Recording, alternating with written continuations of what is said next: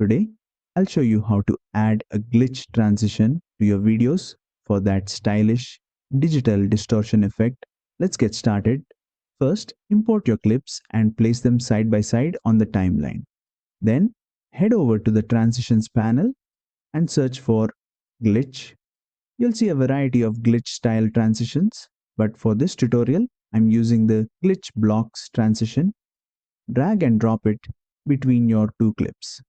Once the transition is applied, you'll notice the effect creates a dynamic digital distortion between the clips.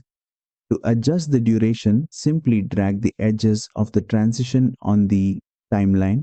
You can also fine-tune the timing from the right side editing panel, where you'll find options like Prefix, Overlap, and Postfix. These options allow you to control how the transition starts and ends.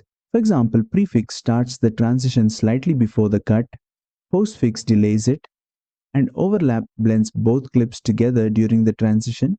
If needed, check the Include Trimmed Frames option to ensure a smooth effect if your clips have been trimmed. And that's it. You've just added a sleek glitch transition to your video in Filmora. Experiment with these settings to get the perfect look for your project.